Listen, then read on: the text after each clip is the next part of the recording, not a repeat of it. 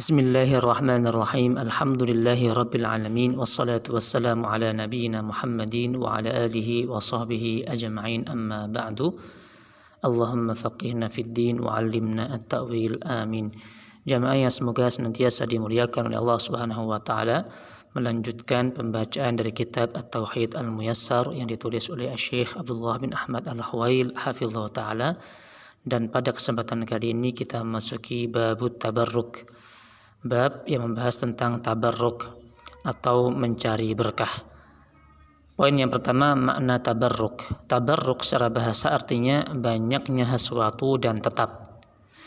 Sedangkan secara istilah syariat agama Islam, tabarruk artinya adalah mencari berkah. Mencari berkah, berharap dan meyakini adanya keberkahan pada sesuatu. Tabarruk artinya mencari berkah, berharap dan meyakini adanya keberkahan. Poin yang kedua adalah pembagian tabarruk. Kata beliau, tabarruk terbagi menjadi dua macam. Yang pertama, tabarruk yang masyru' atau tabarruk yang disyariatkan.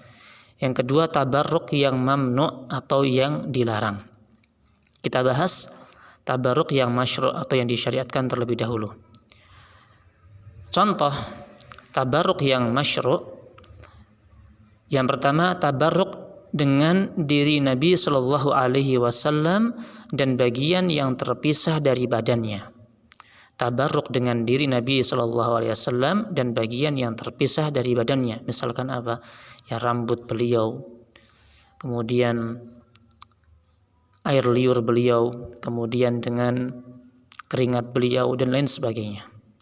Tapi ada catatan di sini, kata beliau, namun tabarruk dengan diri Nabi Shallallahu Alaihi Wasallam, dengan jasad Nabi Shallallahu Alaihi Wasallam ini khusus di saat Nabi Shallallahu Alaihi Wasallam masih hidup.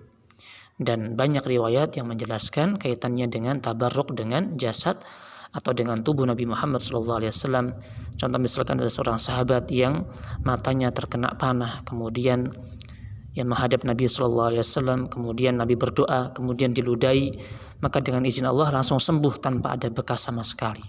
Ya, dan contoh-contoh tabarruk dengan diri atau dengan badan Nabi SAW ini sangat banyak, dan ini khusus ketika Nabi SAW masih hidup. Kemudian yang kedua, tabarruk dengan ucapan dan amalan yang disyariatkan, yakni jika seorang hamba melakukannya, maka dia akan memperoleh kebaikan dan keberkahan. Misalnya adalah membaca Al-Quran, berzikir kepada Allah, menghadiri majelis ilmu, majelis taklim, dan sebagainya. Kemudian tabarruk yang disyariatkan yang ketiga adalah tabarruk dengan tempat-tempat yang Allah jadikan di dalamnya terdapat keberkahan. Misalnya bertabarruk dengan masjid-masjid, dengan kota-kota ya seperti kota Mekah, kota Madinah, negeri Syam yang mencakup di dalamnya Palestina, Yordania, Lebanon dan Suriah. Maksud bertabarruk dengan kota dan negeri itu adalah dengan melakukan perbuatan baik dan beribadah kepada Allah dengan berbagai amal yang disyariatkan di dalamnya, bukan dengan mengusap dinding dan tiang-tiangnya. Nah, ini perlu difahami.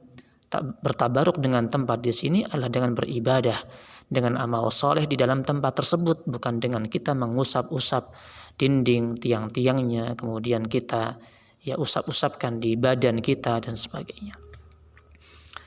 Kemudian yang keempat, bertabaruk dengan waktu-waktu yang Allah khususkan dengan tambahan kelebihan dan keberkahan. Misalnya bertabaruk dengan waktu di bulan Ramadan, 10 pertama bulan Dzulhijjah, kemudian pada malam Al-Qadar atau Lailatul Qadar, kemudian bertabaruk dengan sepertiga malam terakhir. Bertabaruk dengannya adalah dengan banyak berbuat baik, beramal soleh, beribadah kepada Allah Subhanahu wa taala di waktu itu dengan berbagai amal yang disyariatkan. Kemudian bertabaruk yang disyariatkan yang kelima adalah bertabaruk dengan makanan-makanan yang Allah jadikan di dalamnya terdapat keberkahan. Misalnya, ia bertabaruk dengan minyak zaitun atau dengan buah tin, sebagaimana firman Allah Subhanahu wa taala, "Wattini waz zaitun," ya demi buah tin dan buah zaitun atau minyak zaitun, menunjukkan bahwasanya buah tin, kemudian buah atau minyak zaitun ini berkah. Kemudian bertabaruk dengan madu, dengan susu, habatus sauda, dan air zam-zam, dan juga contoh-contoh makanan yang berkah lainnya. Ini kaitannya dengan tabarruk yang disyariatkan, dan insyaallah ta'ala akan kita bahas tabarruk yang mamnu atau yang dilarang pada kesempatan yang akan datang. Oleh karena itu jamaah rahimakumullah, manakala kita bertabarruk maka hendaknya kita memperhatikan ilmunya. Wassallallahu ala nabiyina Muhammadin wa ala alihi walhamdulillahi rabbil alamin. Barakallahu fiikum.